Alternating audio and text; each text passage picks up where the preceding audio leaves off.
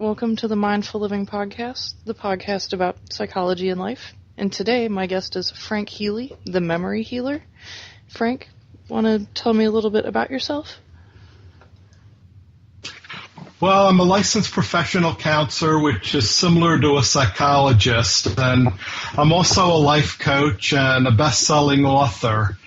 And I have this special, unique gift. It's technically called hyperthymesia, and it's also called superior autobiographical memory.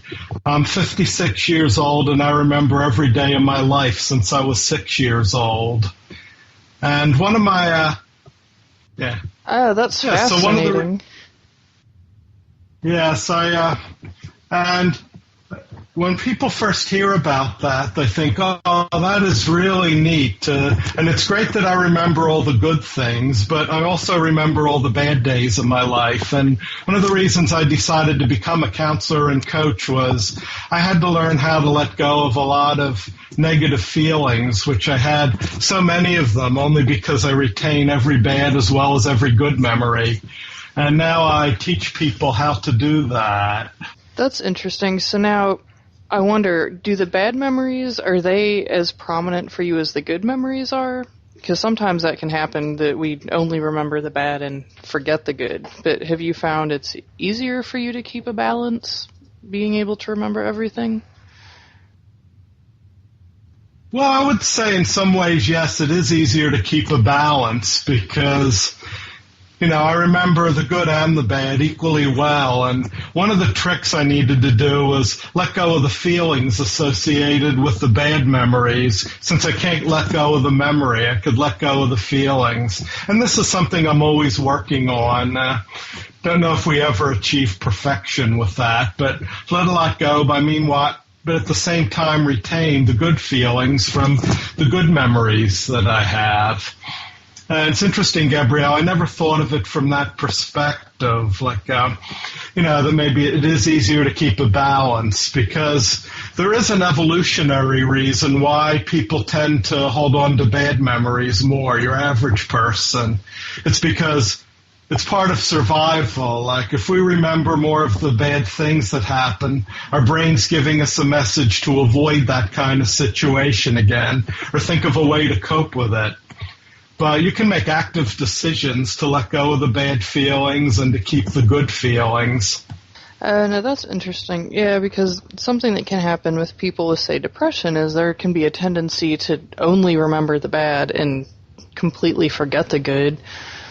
So that's interesting that you have that. Now, tell me a little bit more about, the highly superior autobiographical memory. So what does that mean for someone that might not be that familiar with memory or like how we remember things?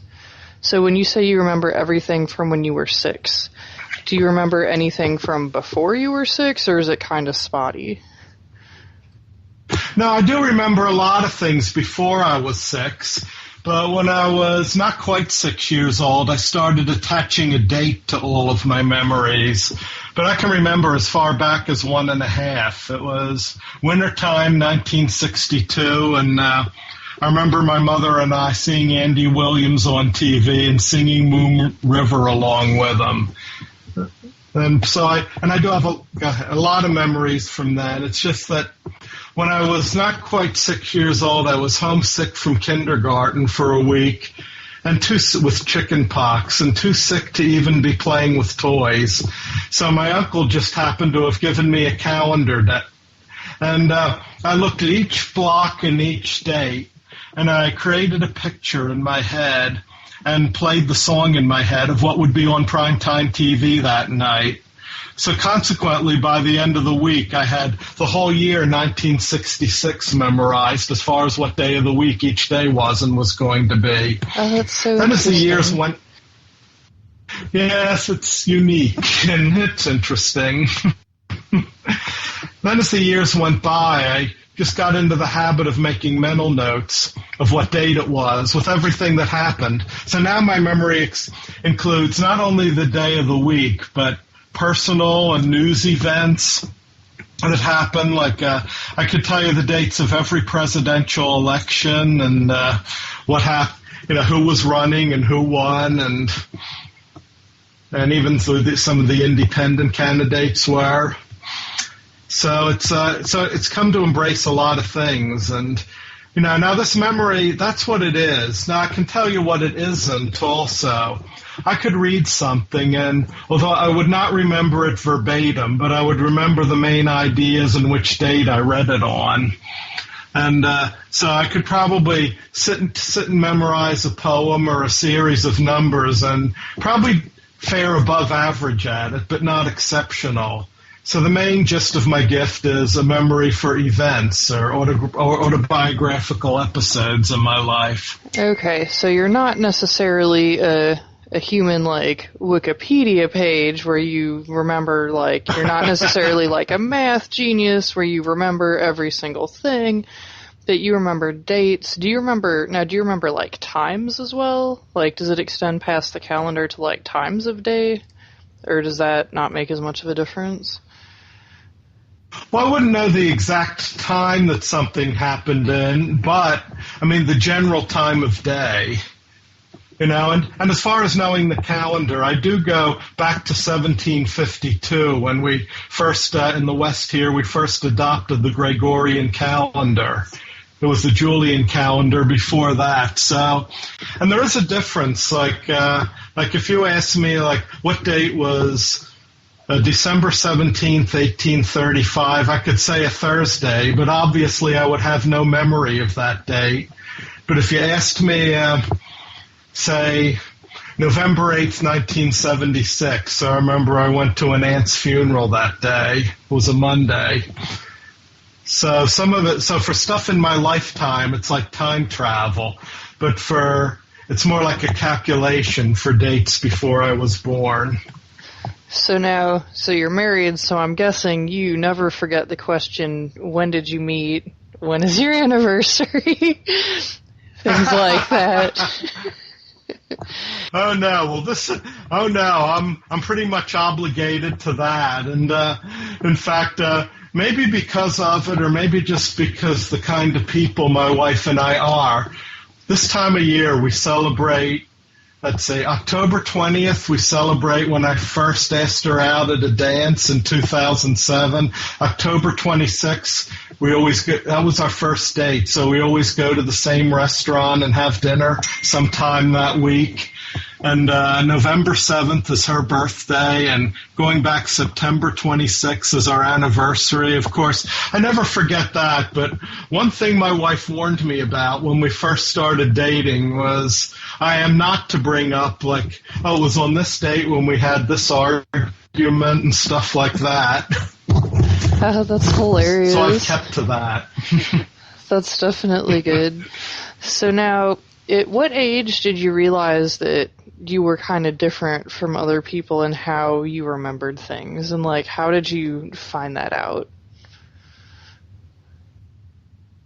Well, I think about 6 months into it, I started telling adults that, hey, like, I know what I did on August 4th. It was a Thursday, and my dad, my brother, and I went out in a rowboat in the bay down the shore in Sea Isle, and we dropped the oar at one point.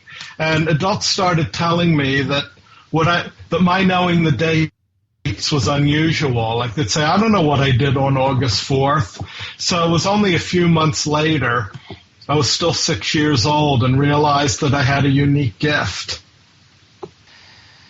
Now, did you ever get in trouble, like, at school or anything? Like, did it give you any advantages, disadvantages? Like, initially, grade school, middle school? Because I know in middle school, I mean, kids are notorious for being awful to each other, and it's usually anything that sets us apart that can make us an easy target. Did you have any of those issues, like, from peers or teachers, siblings? Well, it started, I think I knew right from the get-go, starting school, that kids can be pretty nasty and bullying, so I never actually told anybody outside of the family that I could do this until toward the end of 8th grade, and the only reason I did it then was because they were having a talent show at school on the last day of school, and I thought, there's going to be a lot of singing and maybe a magic show or something, but I could be unique. I could bring some kids up on the stage stage, ask them their birthdays, and I'll tell them the date and things. But fortunately, the day before, the vice principal told me it might not be appropriate for a 7th to 9th grade crowd because some of the kids who didn't appreciate it might get really nasty while you're on the stage.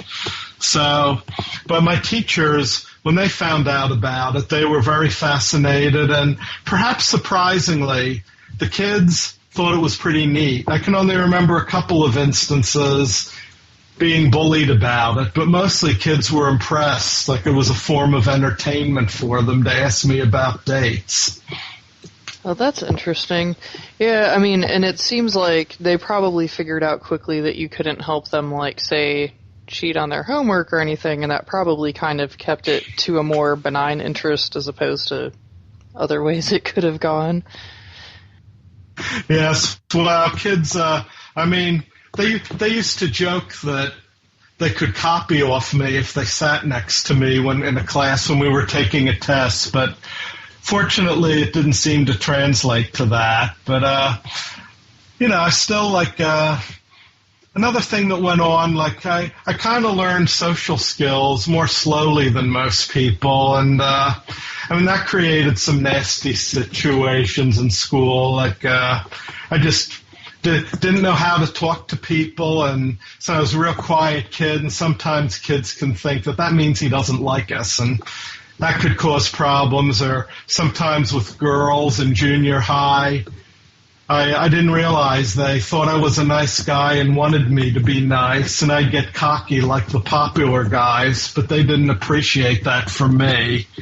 So, I did go through some things in school, but then I became a good student, so I could get more respect. That was my way of dealing with it, and perhaps surprisingly, for the most part, it worked. I mean, kids respected me not only for my memory, but for being a good student. But this was mostly in high school when many of them were beyond the stage of let's just sit next to him so we can copy him.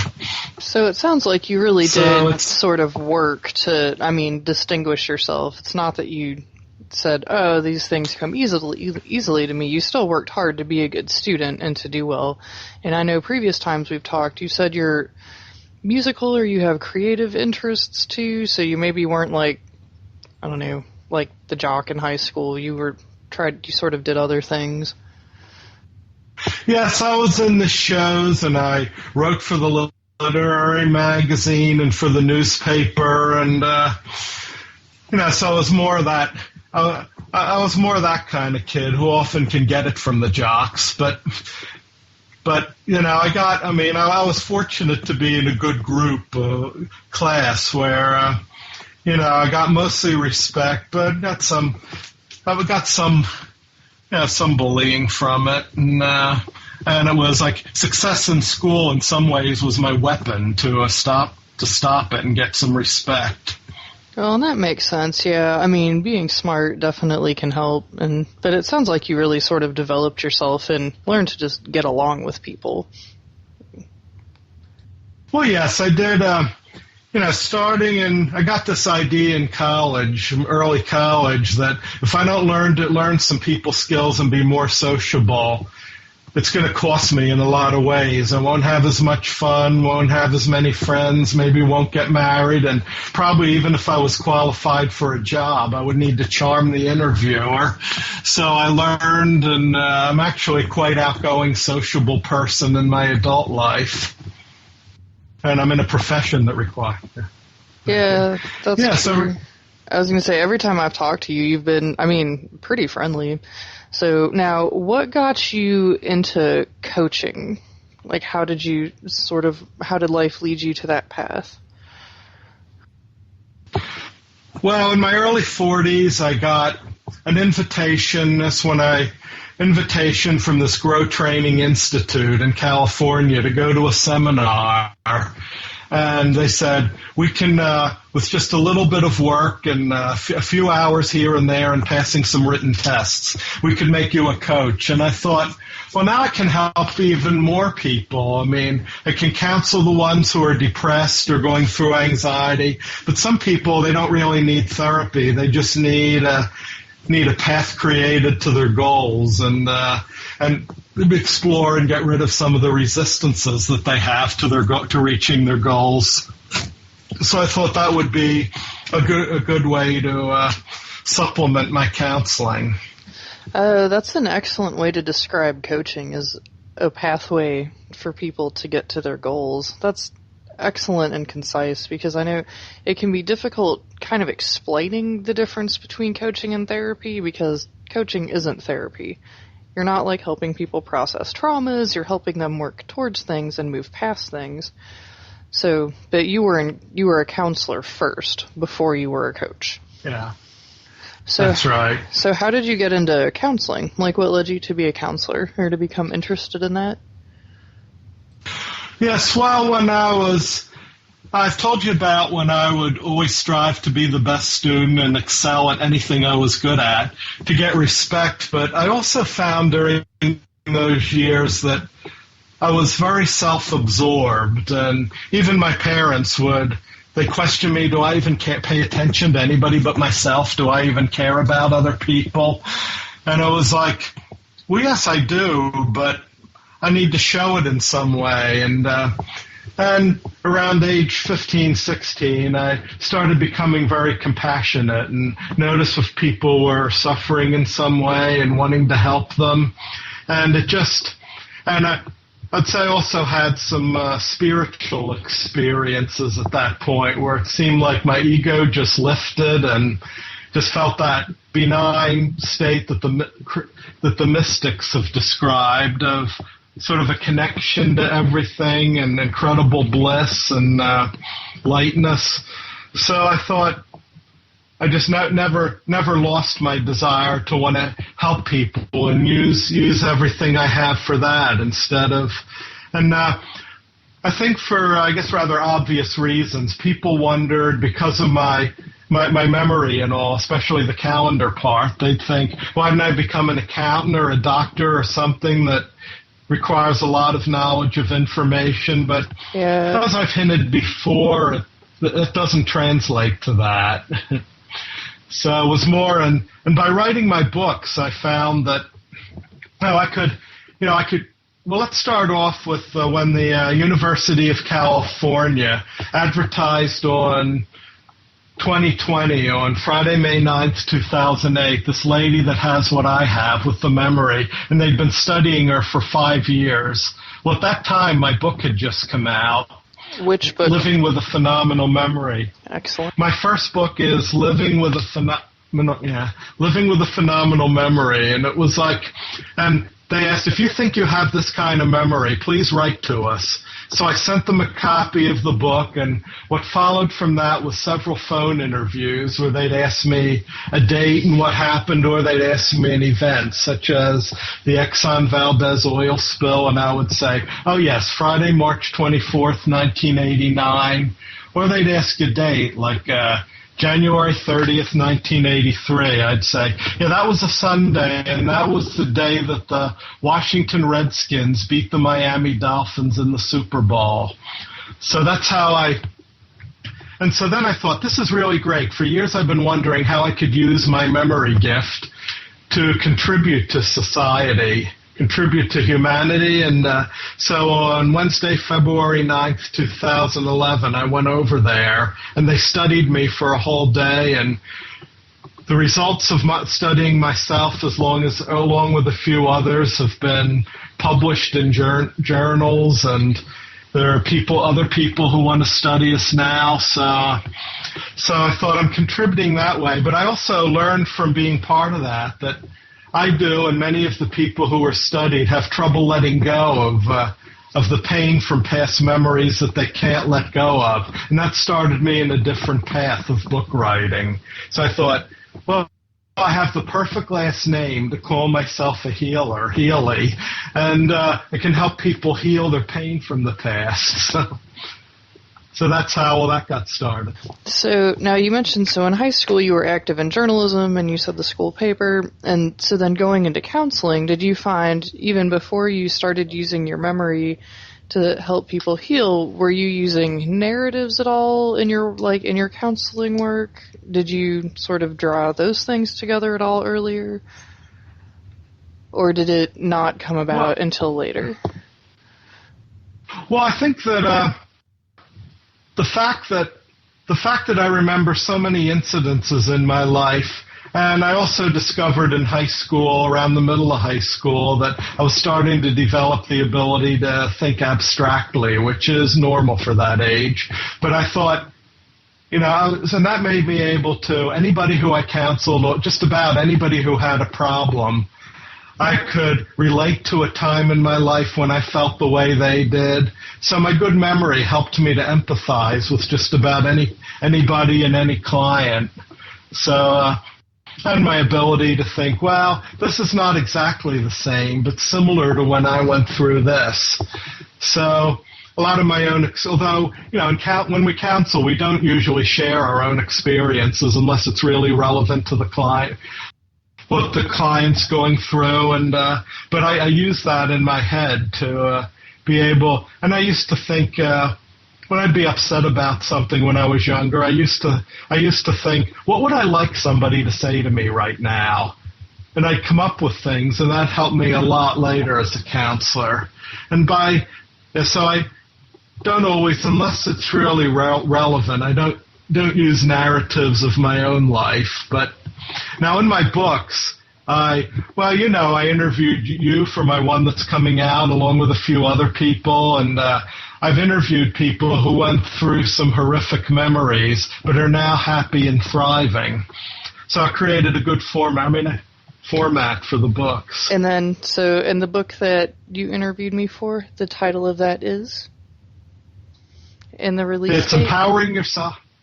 Yeah, it's Empowering Yourself Through Your Memories, and the pre-launch is going to begin any day now on Kindle. That means you can order it, but you'll be charged and it'll automatically be upgraded to your Kindle on the release date. So right now I'm looking at January 3rd or 4th as a release date, because I figure the first week of the new year would be a good time to release a book about your memories. That's true, So, and that's good that, you work with people on overcoming negative memories, because I know bullying is the chapter that I'm featured in that you talked to me about, and with bullying, that's oftentimes people can get post-traumatic stress, and one of the features of post-traumatic stress is remembering things you really wish you could forget, or that that feelings have sort of taken them and keeping them raw and inflamed and not letting, so you have to kind of soothe the feelings so the mind can heal itself and move on. But again, it can be difficult because, people do awful things to each other. And, even outside of bullying, take car accidents, natural disasters, workplace incidents. There's so many kind of things that can happen that can be traumatizing. And then you get YouTube and the media, you can find anything online, so it really can seem like some things can be almost inescapable. And in that way, I think your own experiences with memory have so much potential to help people deal with that, soothing awful things that you can't forget, even if you wanted to, either from your own mind or the collective memory of the internet, so to say.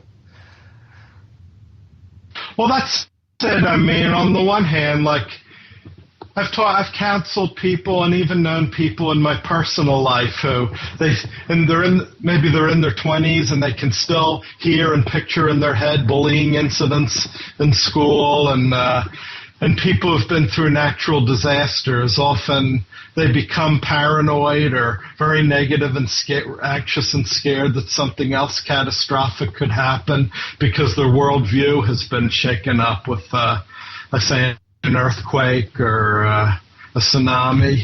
And so it's really, the ability to, and your brain will keep playing over and over again negative things until it feels like it's been resolved. So letting go of the feelings is one way. That's what my first book in the series, Heal Your Memories, Change Your Life, was about, letting go of the feelings.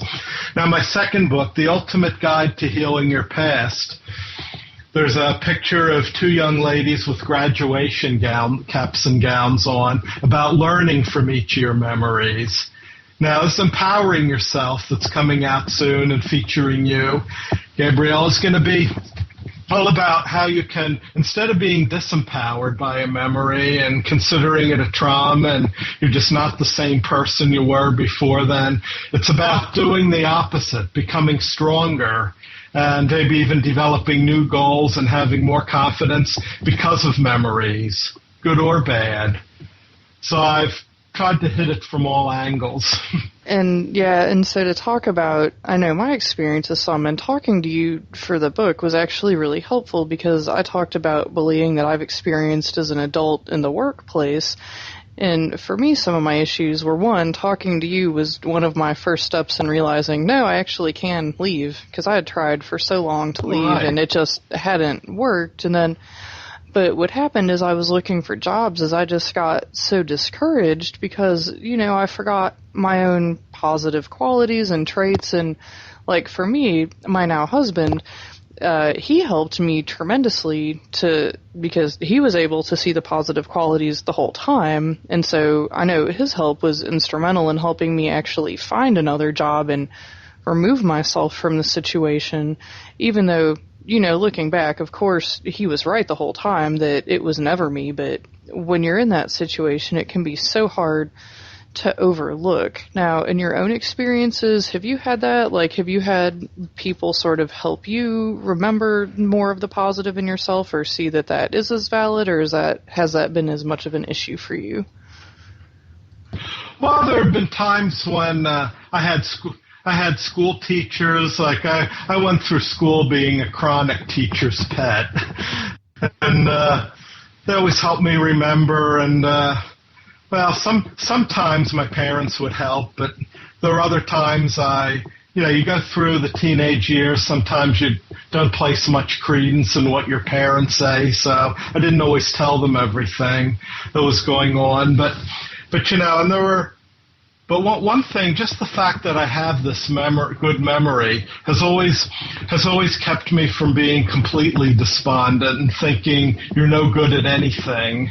Because I always had that, even during times when I wasn't shining or excelling in anything else, I always knew I had that.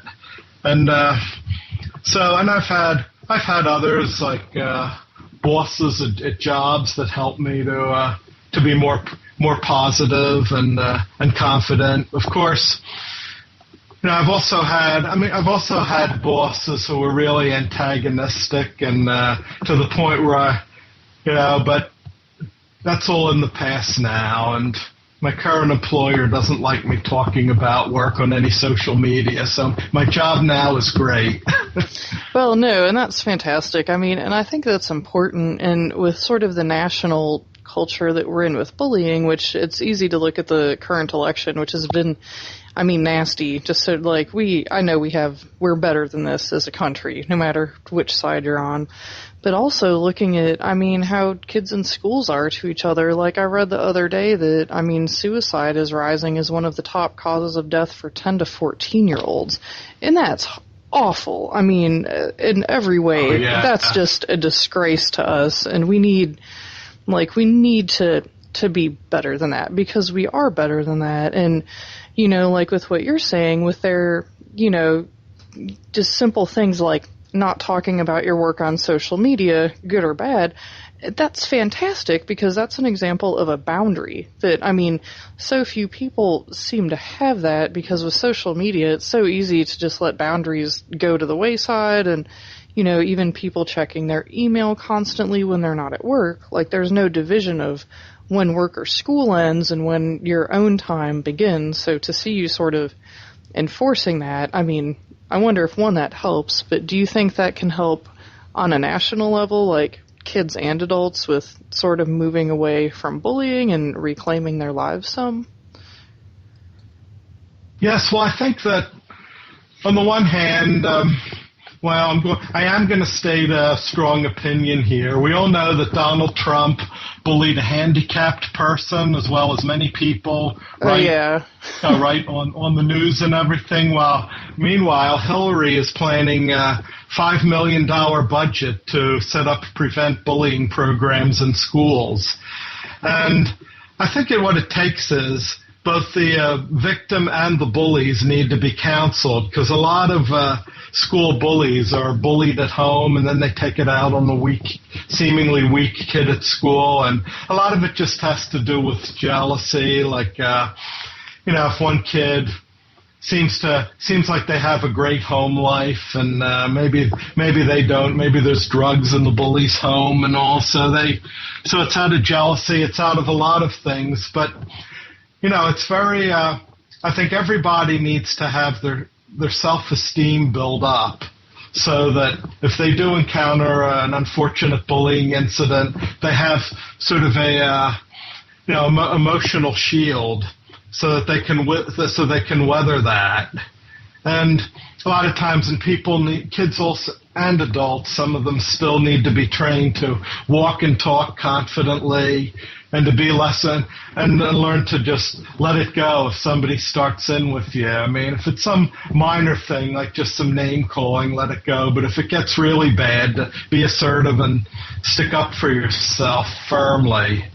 Because there's no reason why. I mean, people, they throw away their 10 to 14-year-olds throwing away their lives, who knows what they could have been, over an incident where if they lived, and if they're not like me, they won't remember much about it 10 years from now.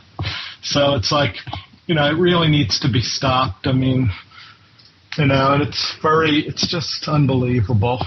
Yeah, that's true. And I think some of it with kids is because a lot of times it'll start in schools, and so I did evaluations for a long time, and I worked with a lot of kids that were bullied, and it's true, by the time kids are in 8th, 9th grade, a lot of them would be suicidal because many times they wouldn't talk to parents, they would just be bullied mercilessly and for years by the same people.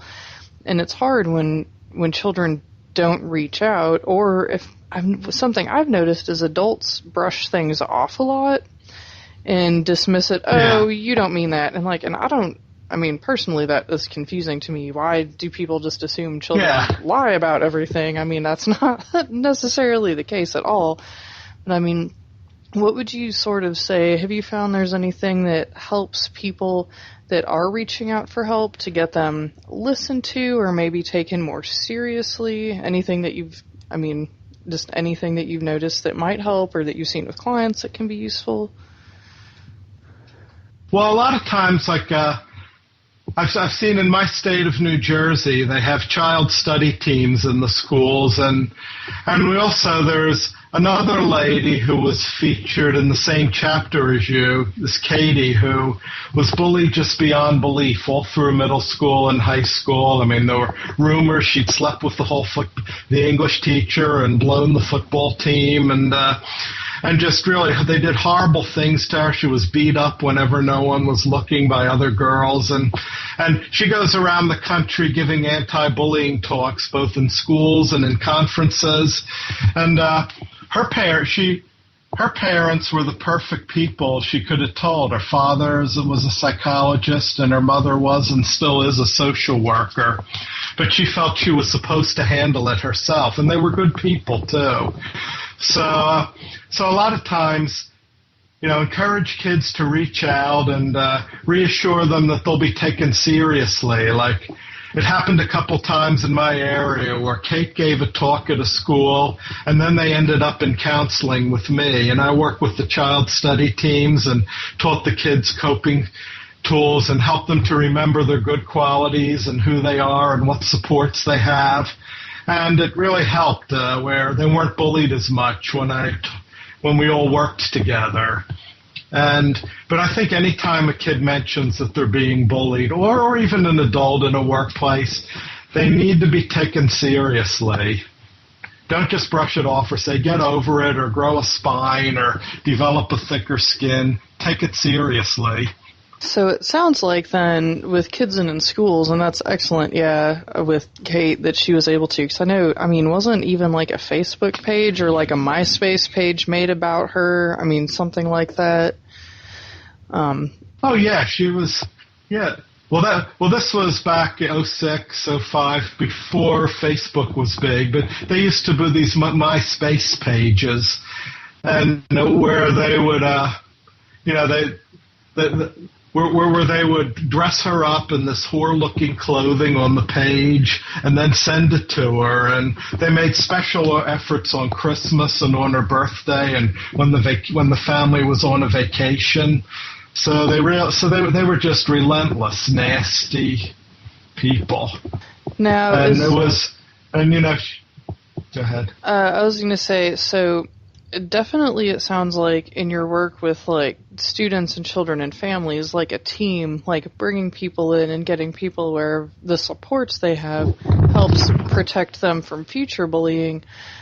Have you ever worked with people that are bullies, like, and seen any interventions that are helpful with them? Well, I've worked with people who maybe were bosses, like in a plant, a foreman, something, and they were, and they complain about how incompetent their staff was, and I'd get right into, do you bully? Well, how do you react to them? How do you try and get them to do better? And I sort of got into a lot of more specific interventions, but within the idea that you can attract more bees with honey than with vinegar. Treat them right, treat them with respect, and you will get a lot more out of them. And I teach them some empathy skills too, how it must feel to have someone come in and just scream and yell at them all the time. And so I work both ends. So it sounds like working with bullies on developing communication and social skills has been helpful with what you found. Yeah, so it works on both ends. Teach the bully kids how to present as, well, first to be more confident, and then they'll present that way. And also with the bullies, sometimes they need to learn the social skills, and a lot of times they're covering up a lack of self-confidence. So to teach them to have self-confidence so they feel they won't need to bully, and they could have a better life if they stopped bullying and related to people in better ways. That's excellent, yeah, and that's something that I noticed from working with so many children and families is for every kid that was bullied, it seemed that the kids that I worked with that did cause the problems, and maybe were bullies themselves, a lot of them, as you mentioned, maybe were abused at home, came from families where people resolved problems by screaming or hitting instead of using words. Yes. Oftentimes there's untreated mental illness that medication and counseling to work on exactly what you said, social skills, communication skills. And then sometimes, and this is an area that I'm interested in helping people with because people overlook it, learning disabilities, because people don't realize how that translates into communication. And, things like auditory processing issues and, misreading people. And there's a lot of untreated issues that can, do things like increase frustration, cause people to lash out more, especially against people that are, say, smarter and have an easy time in school. So it's interesting. I think people sort of don't get the sense of how complex it can be from both sides, but there's still so much victim blaming, which doesn't help anyone. Like, it doesn't help bullies get better and not bully, but it also doesn't help the victims either. That makes it worse for the victims, and the bullies can just think, okay, I can keep doing it. So it's really, that is like that, and blaming the victims, that could be the last straw for them that drives them over the edge to suicide. So if you're blaming the victims, that can be just as bad as the bullies. That's for sure. And now, so bringing it back to the current election, and Donald Trump, he's made fun of people for race, for gender, for disability. I mean, Ted Cruz's wife has suffered from depression. He made fun of her.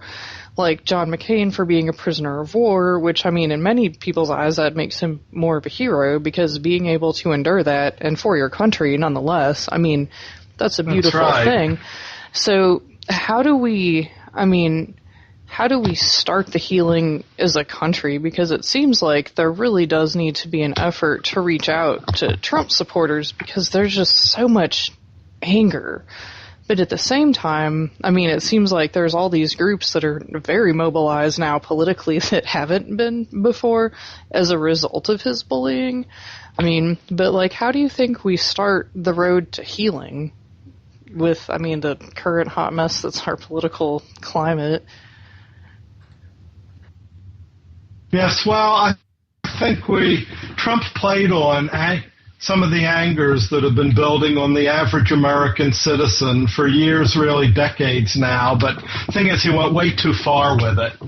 I mean, if he thinks that the majority of people would make fun of a handicapped person or a certain race, that's, I mean, it borders on sociopath. I mean, I think he's definitely narcissistic, and but you know, to think that is just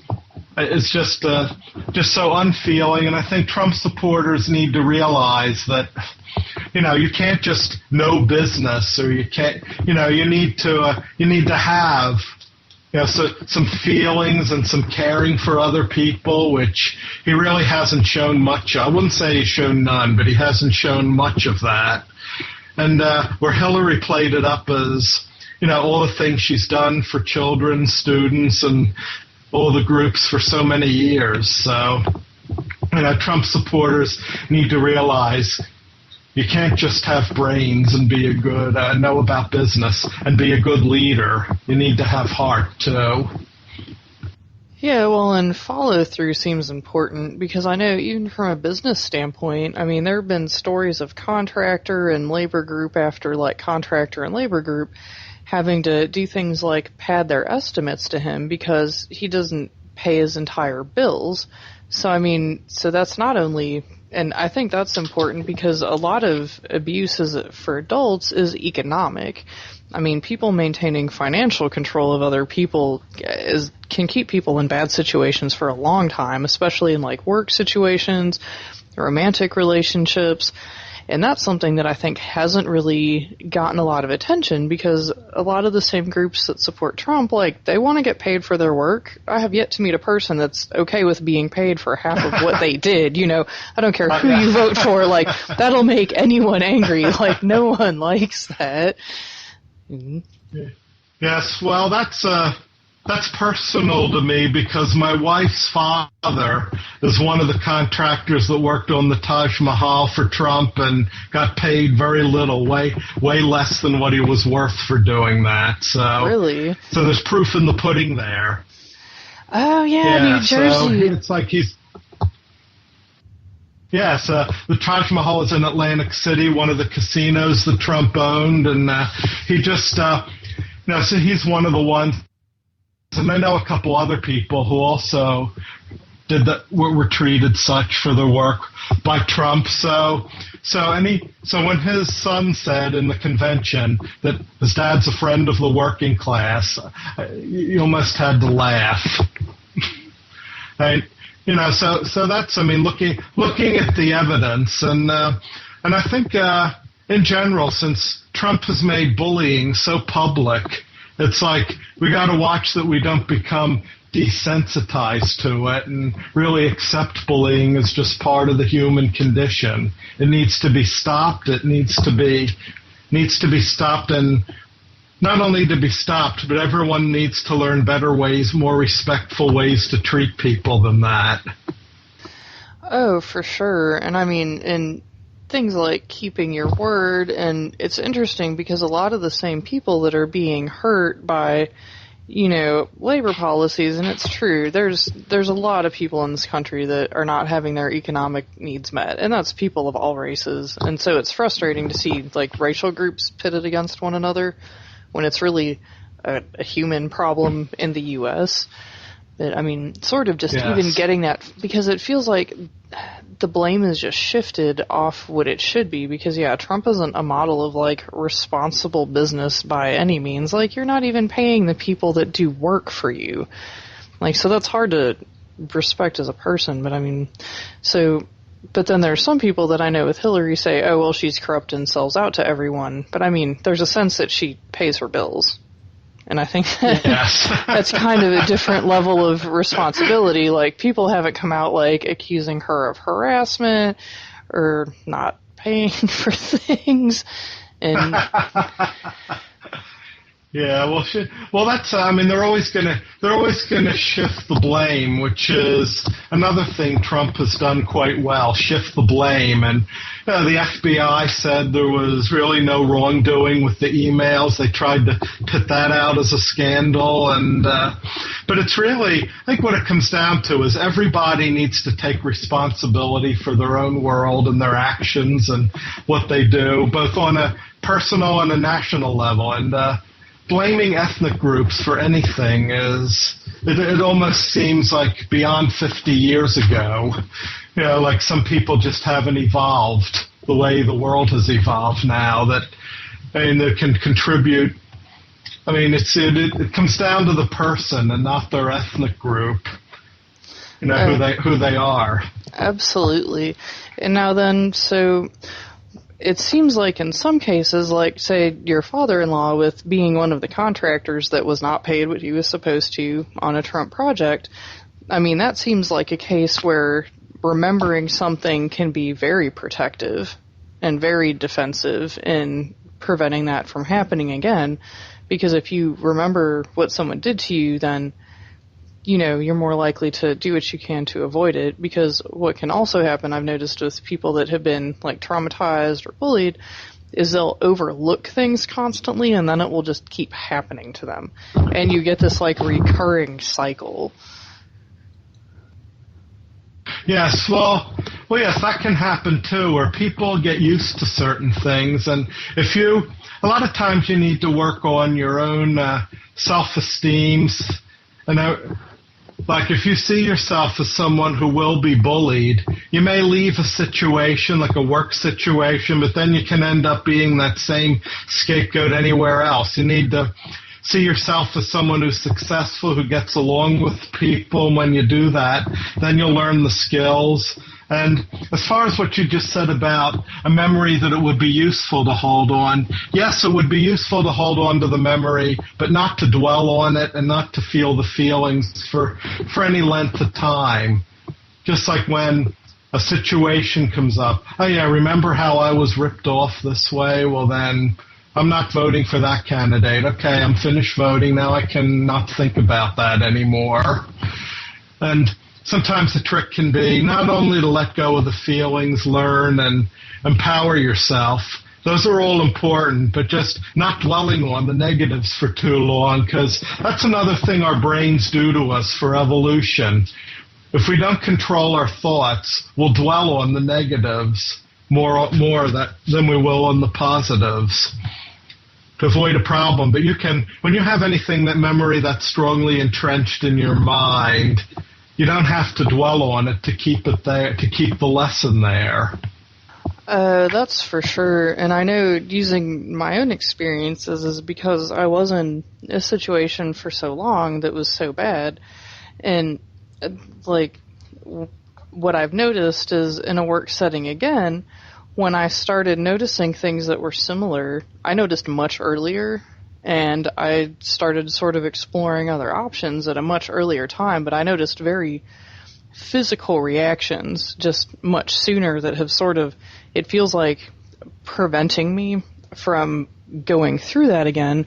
And it almost reminded me a little bit of, you know, one of the reasons we have such strong taste aversions with food is that if you eat a poisonous food twice, I mean, you eat it once, you're lucky if you live, but twice, there might not be a second, you know, a third time.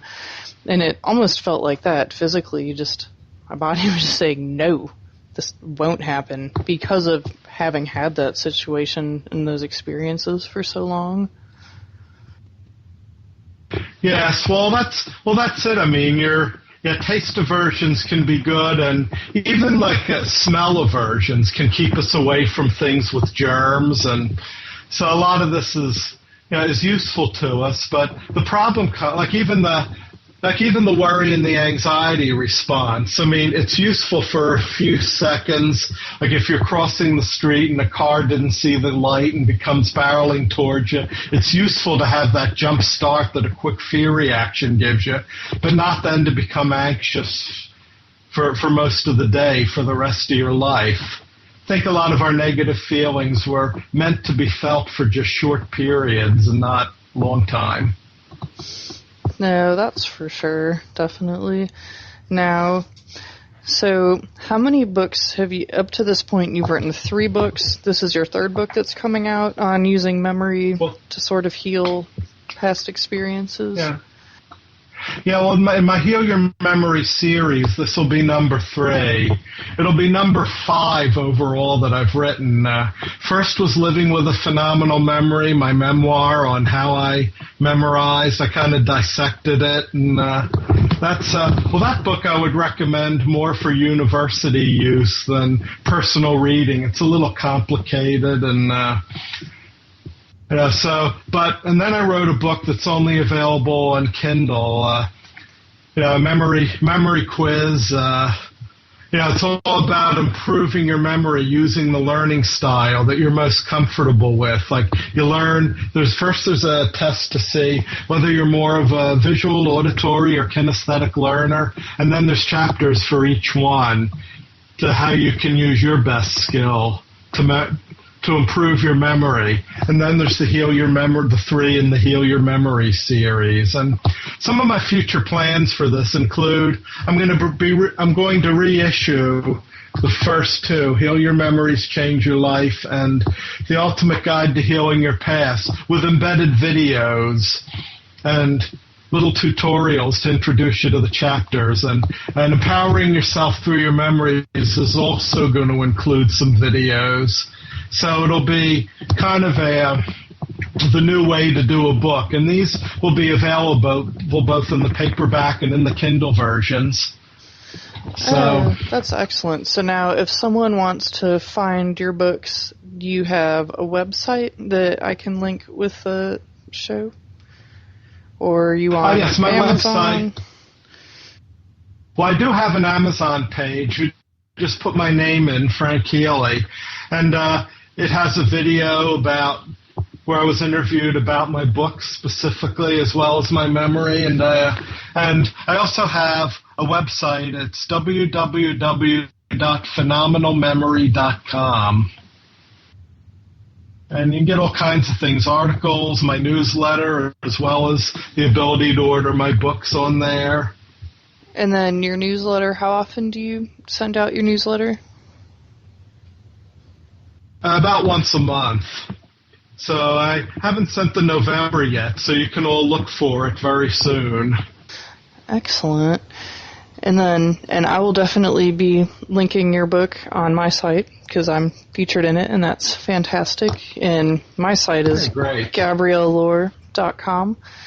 And for the show, definitely want people to comment, to subscribe, to leave some reviews. Like if you liked this episode, if there's more information that you would like to hear from Frank, if interest for a follow-up podcast, so I would love to talk to you and Kate on sort of the more active interventions that y'all have done working with schools, because again, this is a group that really just, there needs to be as much help and outreach and intervention as possible, and so it's not, so yes, I definitely want to have there be some things in the future. I'd be glad to be on it again, and I could talk to Kate about being on your show too sometime. Yes, that would be fantastic. That's what you're thinking of. So. Yeah, I would love to. And then again, people can find you on Amazon at Frank Healy and Healy. Think of it as heal. And H-E-A-L. yeah. I'm going to have links in the show's description so people can find you, sign up for your newsletter. And then, again, if you like the show, you can subscribe, leave a review. And thank you so much for your time, Frank. I really appreciate it. Yes, it was a pleasure being on. Yes, and it was a pleasure having you, and I'm looking forward to starting the healing as a country that we need to do after this contentious election. Yes. And starting off the new year with a book on how to use your memory to help heal yourself is fantastic. I think that's great, because it's true. People, New Year's Eve, New Year's Day, everyone's going to change. They got that list of resolutions. Yeah, so... Yes, and I also offer coaching services, which you can learn about on my website. And, if you want to just be coached to reach your goals, or coached to heal yourself, coached to reach your goals or heal your past and to make it easier to reach your goals, there's a place on there for that. Or you could email me at healysheal1@msn.com. Excellent. And again, I will have all that info in the description. And thank you so much, Frank. And thank you so much for listening. And have a fantastic day. I appreciate you taking your time out to talk to me. Sure. All right. Have a good one.